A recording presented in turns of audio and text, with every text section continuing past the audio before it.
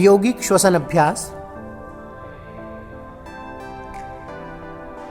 योग के दृष्टिकोण से ब्रीदिंग के साथ कुछ एक्टिव एक्सरसाइज जो हमारी होल बॉडी और होल हेल्थ के लिए बहुत ही बेहतर है। इस पूरे एक पैटर्न में 8 प्रकार की एक्सरसाइज हैं जिसका हम अभ्यास और प्रयास करेंगे। सबसे पहले हम प्रथम अभ्यास प्रारंभ करते हैं। अपोजिट डायरेक्शन में हाथ और पैरों को ऊपर उठाते हुए श्वास और प्रश्वास लेना तथा छोड़ना। प्रारंभ कीजिए।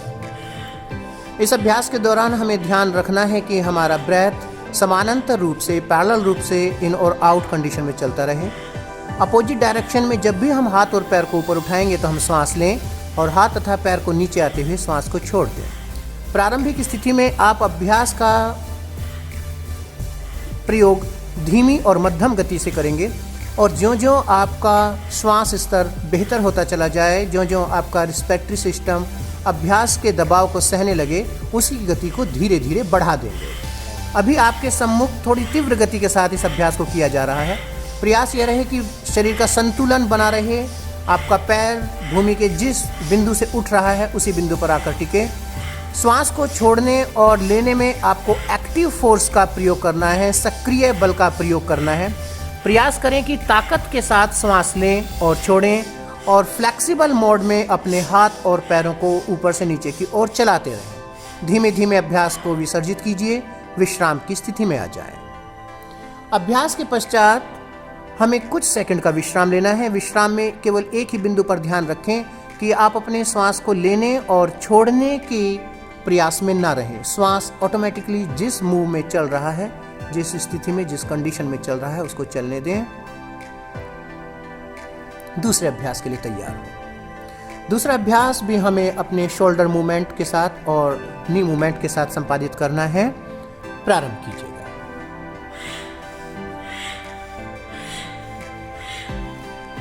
कोशिश करें कि आपका नी 90 डिग्री तक बेंड हो,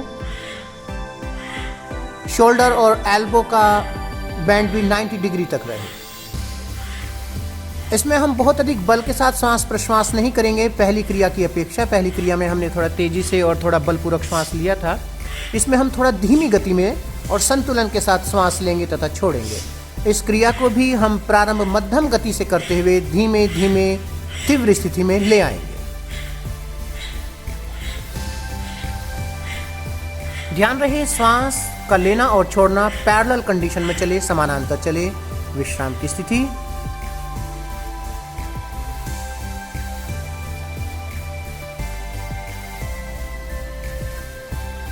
तृतीय अभ्यास। तृतीय अभ्यास स्थिति बिल्कुल वैसी रहेगी श्वास प्रश्वास की, केवल हाथों की डायरेक्शन थोड़ी चेंज कर देनी है हमें। आपका पैर पुनः उसी प्रकार से ऊपर की ओर उठे, श्वास को छोड़ते हुए। ध्यान रखें श्वास के पैटर्न में अब परिवर्तन आ गया है। अब हमें हाथ और पैर की मूवमेंट के साथ श्वास को छोड़ने पर अधिक फोकस करना है।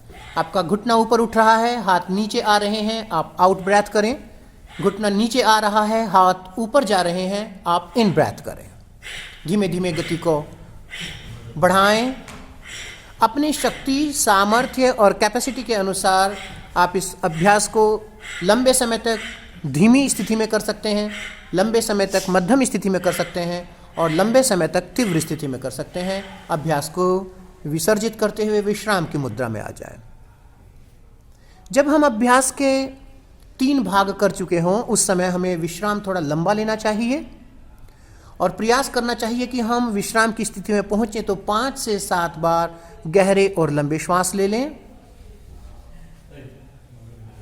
और 5 से 7 गहरे लंबे श्वास ले लेने के पश्चात आप मध्यम श्वास पर आ जाएं।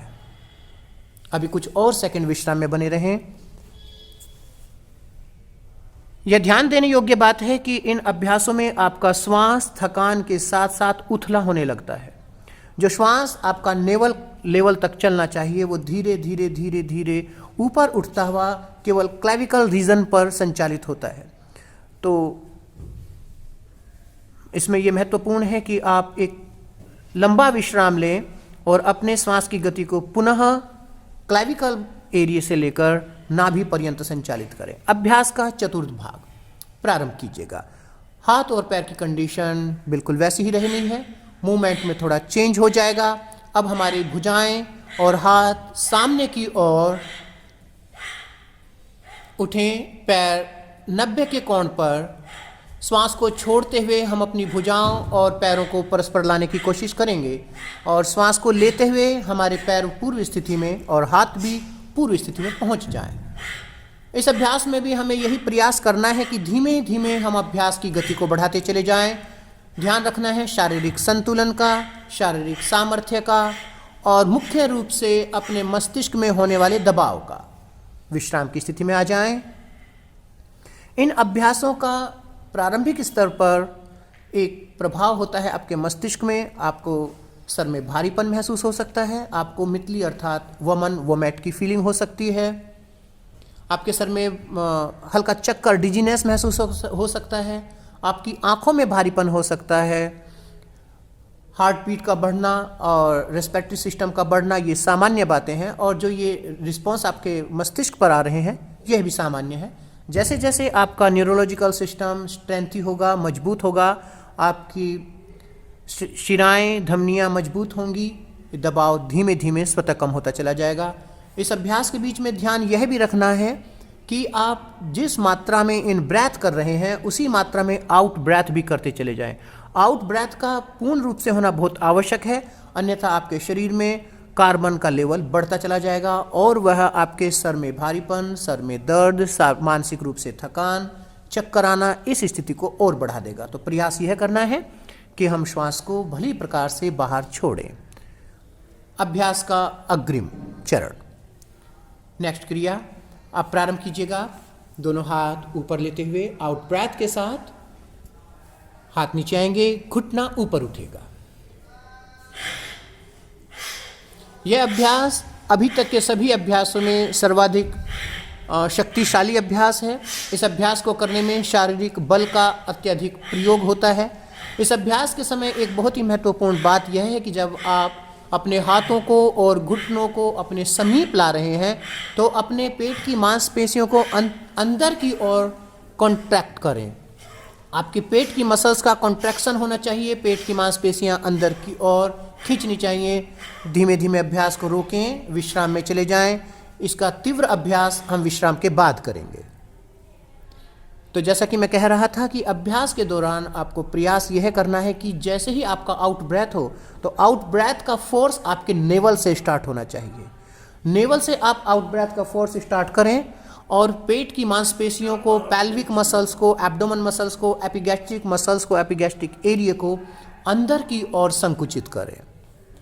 अभ्यास का द्वितीय चरण तीव्रता के साथ संपादित कीजिएगा, तीव्रता के साथ करें।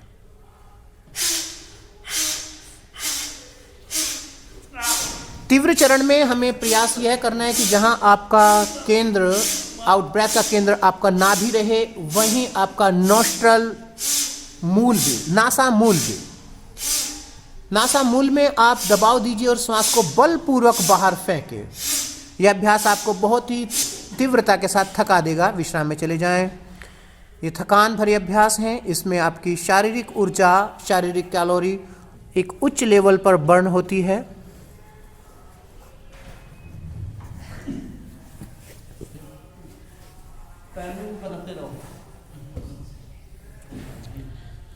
अभ्यासों को आप अपने शारीरिक सामर्थ्य के अनुसार, प्रयास की परिपक्वता के अनुसार और समय अनुसार संपादित करें।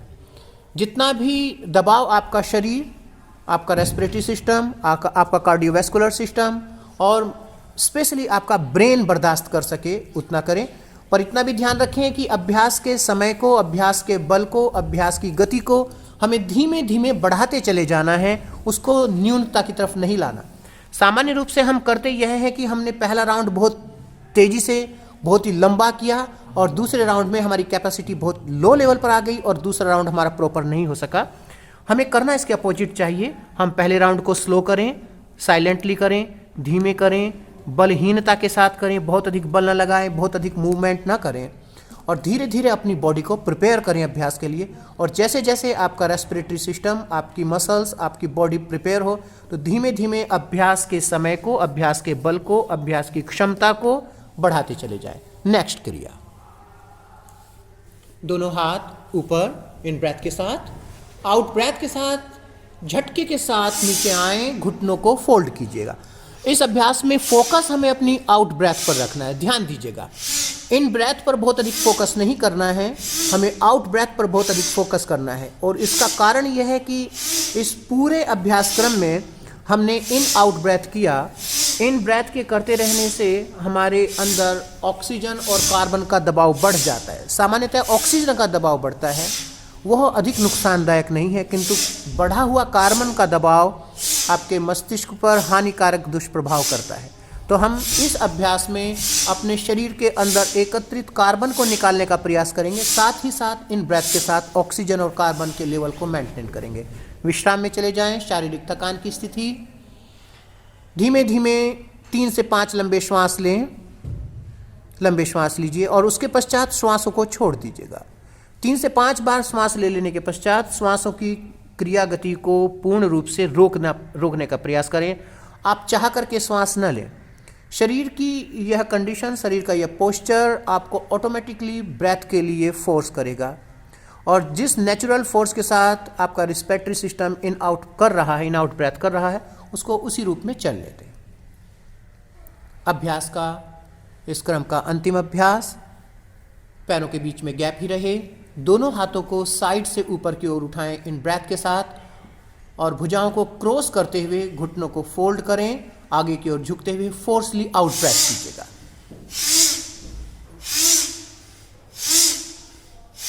इस अभ्यास में भी हम प्रयास करेंगे कि हम अपने एक्सहेलेशन पर, आउट ब्रेथ पर ज़्यादा फोकस करें, फोर्सली आउट ब्रेथ करें। पेट की मांसपेशियों को हमें इस अभ्यास में भी अंदर की ओर कॉन्ट्रैक्शन में लेना है, अंदर की ओर संकुचित करना है। अपने दोनों जबड़ों को दबा करके रखें, अपनी जीभ को ऊपर वाले पैलेट से लगाएं, ऊपर वाले तालू से लगाएं। दोनों हाथों की मुट्ठियां भली प्रकार से बंद कीजिए। ये अभ्यास आपको फोर्स प्रदान करेंगे निरंतर अभ्यास में बने रहने के लिए, लंबे समय तक बने रहने के लिए। विश्राम की स्थिति में चले जाएं। विश्राम की स्थिति में अपनी आंखों को बंद रखें, शरीर को लूज कीजिए और जो ऑटोमेटिक आपका ब्रेथ चल रहा है उसको चलने दें। उसमें किसी भी प्रकार का हस्तक्षेप ना करें, उसमें किसी भी प्रकार की बाधा ना पहुंचाएं।